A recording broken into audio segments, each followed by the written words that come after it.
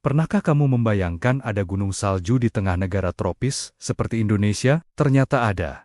Dan kisah di baliknya jauh lebih menakjubkan dari yang kita kira. Ini adalah cerita tentang bagaimana sebuah catatan pelaut kuno membuka jalan menuju penemuan salah satu tambang emas terbesar di planet ini, tepatnya di Papua. Jauh di balik kemegahan pegunungan Jayawijaya, tersimpan kisah panjang tentang tambang Freeport. Semua ini bermula dari seorang pelaut Belanda bernama Kapten Johan Carstens. Pada 16 Februari tahun 1623, ia membuat sebuah catatan yang terdengar mustahil. Ia menulis tentang adanya gunung bersalju di Papua, sebuah wilayah yang terletak persis di dekat garis Khatulistiwa. Tentu saja, laporan ini dianggap aneh dan tidak masuk akal oleh banyak orang pada masanya. Siapa yang akan percaya ada salju abadi di daerah tropis? Namun, catatan inilah yang menjadi percikan api pertama, memicu rasa penasaran dan berbagai ekspedisi ilmiah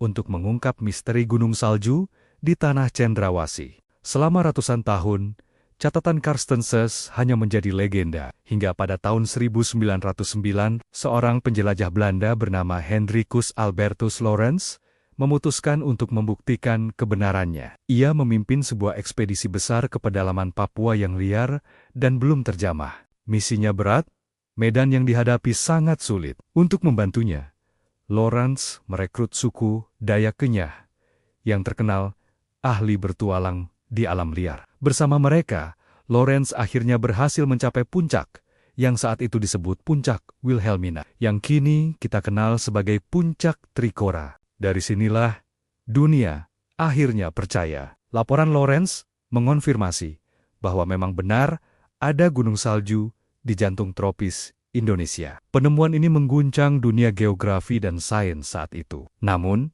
cerita ini tidak berhenti di penemuan salju abadi. Momen paling penting dalam sejarah sumber daya alam Papua terjadi beberapa dekade kemudian, tepatnya pada tahun ke-1936.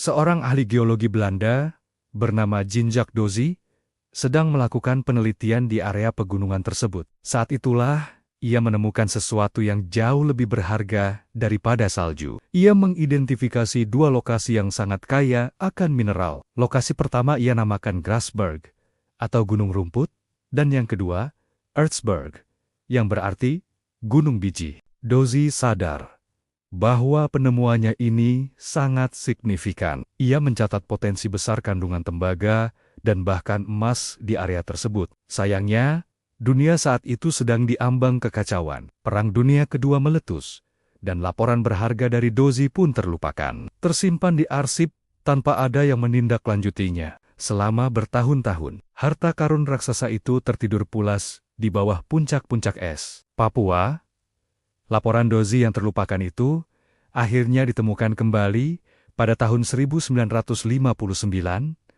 lebih dari 20 tahun setelah ditulis. Orang yang menemukannya adalah Forbes Wilson, seorang ahli geologi dari perusahaan tambang raksasa asal Amerika Serikat, Freeport-McMoRan. Freeport sendiri bukanlah perusahaan baru. Mereka sudah berdiri sejak tahun 1912 dan memiliki spesialisasi dalam penambangan mineral seperti emas, tembaga, dan perak. Terpicu oleh isi laporan Dozy, Wilson merasa harus membuktikannya sendiri. Ia memimpin ekspedisi yang sulit dan berbahaya ke Erzberg. Apa yang ia temukan di sana melampaui dugaan terliarnya. Wilson menemukan cadangan biji tembaga, emas, dan perak dalam jumlah yang luar biasa besar. Batuan di Erzberg terlihat hitam pekat karena konsentrasi mineral yang sangat tinggi. Penemuan ini mengonfirmasi bahwa di pedalaman Papua tersembunyi salah satu deposit mineral terkaya di dunia. Klaim Wilson tentang kekayaan Erzberg terbukti benar,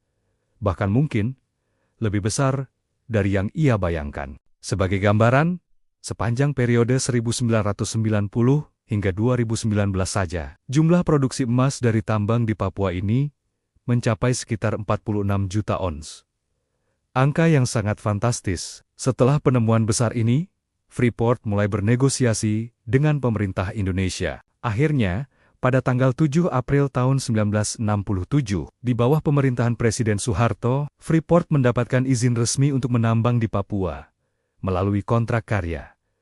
Momen ini menjadi tonggak sejarah penting. Freeport menjadi perusahaan asing pertama yang berinvestasi dan beroperasi di Indonesia setelah era kemerdekaan, membuka babak baru dalam industri pertambangan nasional. Dengan izin di tangan, Freeport tidak membuang waktu. Operasi penambangan skala besar pun dimulai di Ertsberg pada tahun ke-1973 selama bertahun-tahun. Ertsberg menjadi sumber utama produksi. Namun, cerita belum berakhir. Pada tahun 1988, saat eksplorasi lebih lanjut dilakukan di sekitar area tersebut, tim geologi Freeport menemukan sesuatu yang lebih spektakuler di Grasberg. Lokasi yang juga pertama kali diidentifikasi oleh Dozy, ternyata kandungan emas dan tembaga di Grasberg jauh lebih besar daripada di Ertsberg. Penemuan ini mengubah segalanya. Fokus operasi penambangan pun beralih ke Grasberg. Kini, Grasberg dikenal di seluruh dunia sebagai tambang emas terbesar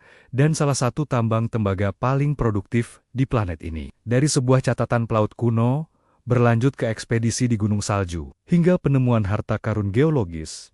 Inilah kisah luar biasa di balik tambang raksasa di Papua. Sejarah tambang Freeport adalah cerminan perjalanan panjang bangsa ini. Dari era kolonial, perjuangan kemerdekaan, hingga pembangunan di era modern. Menelusuri kisahnya bukan hanya sekadar belajar sejarah pertambangan, tetapi juga memahami bagaimana kekayaan alam Indonesia, khususnya emas dan tembaga dari Papua, memiliki peran yang sangat besar dan berkontribusi bagi pembangunan bangsa. Ini adalah kisah tentang penemuan, teknologi, ekonomi, dan juga tentang bagaimana kita mengelola anugerah alam yang luar biasa ini untuk masa depan. Terima kasih sudah menyimak cerita panjang ini sampai selesai. Semoga wawasan kita semua bertambah. Jangan lupa untuk like, komen, dan subscribe agar kamu tidak ketinggalan video-video menarik lainnya dari kami. Sampai jumpa di video berikutnya.